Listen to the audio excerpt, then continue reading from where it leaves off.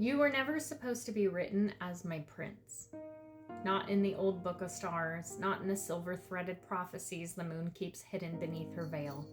You were never supposed to be the one to carry me into forever.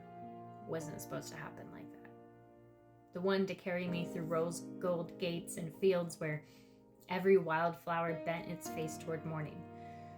You were meant, however, to walk beside me through the brambled path where thorns caught at our sleeves and lantern flies flickered like fallen sparks between the trees.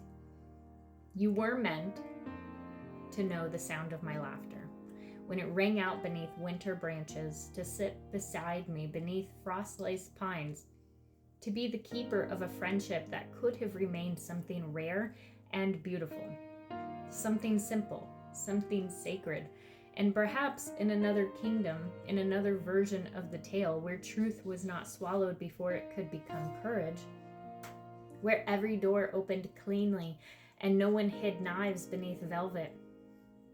We might have stayed golden, not grand, not perfect, but honest. A small cottage with smoke in the chimney, bread cooling on the table, a lantern left burning in the window, 2 chairs beside the hearth, a safe place to return to when the world grew loud and cold. But this story bent, the mirror cracked, the roses blackened at the stem, and the forest grew teeth. And somewhere between what you promised and what you hid, the path disappeared beneath my feet, swallowed by fog, covered in dead leaves, as though the earth itself wanted to hide the way back. I have been angry. I've been devastated. I have stood in the ruins with soot on my hands and grief in my mouth, with ash caught in my hair like dark snow, asking the same unanswered questions until even the echoes grew tired of carrying them. I have cursed the silence until my voice went hoarse. I have mourned the friendship. I have grieved the love. I have buried the version of us I kept trying to resurrect with trembling hands, laying flowers on a grave that never gave me the mercy of a name carved in stone. But I am done kneeling beside that grave, begging bones to become a living thing. I'm done haunting myself with what could have been. There was a time when the sight of you was its own kind of spell, but not a gentle one. You did not arrive like sunlight through a window. You arrived like thunder rolling over an old battlefield. Every glance pulled tears from me like the tide answering the moon, unbidden, unstoppable, dragging everything buried back to the shore. You were a living echo of everything I was losing, a bell tolling in a ruined chapel, a ghost stepping out of the trees wearing the face of someone I once trusted. And I could not stand in your presence without unraveling. I could not see you without feeling every thread inside me come loose at once. But even that magic has faded. Now when I see you, there is no storm, no breaking, no castle collapsing inside my chest, just a quiet distance where something once lived. A cold hearth, a closed gate, a road I no longer turn down. And now, I hope you are happy. Truly. I wish the world meets you with the kindness you did not always know how to give.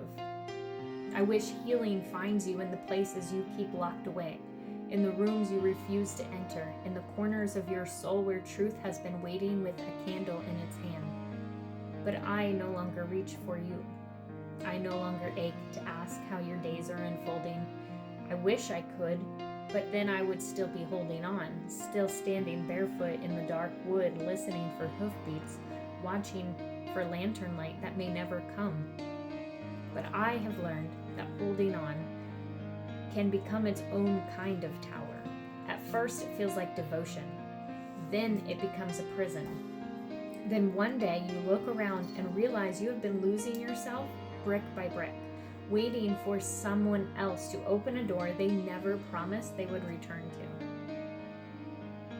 I've never been afraid of the dark, not really. I've walked through storms with my chin lifted, I've stared down shadows that should have swallowed me whole. But I became afraid when the dark was all I had left and I could no longer reach for you without reaching past myself. I became afraid when loving you felt less like warmth and more like wandering through a castle with no windows, calling your name into rooms that had already been abandoned.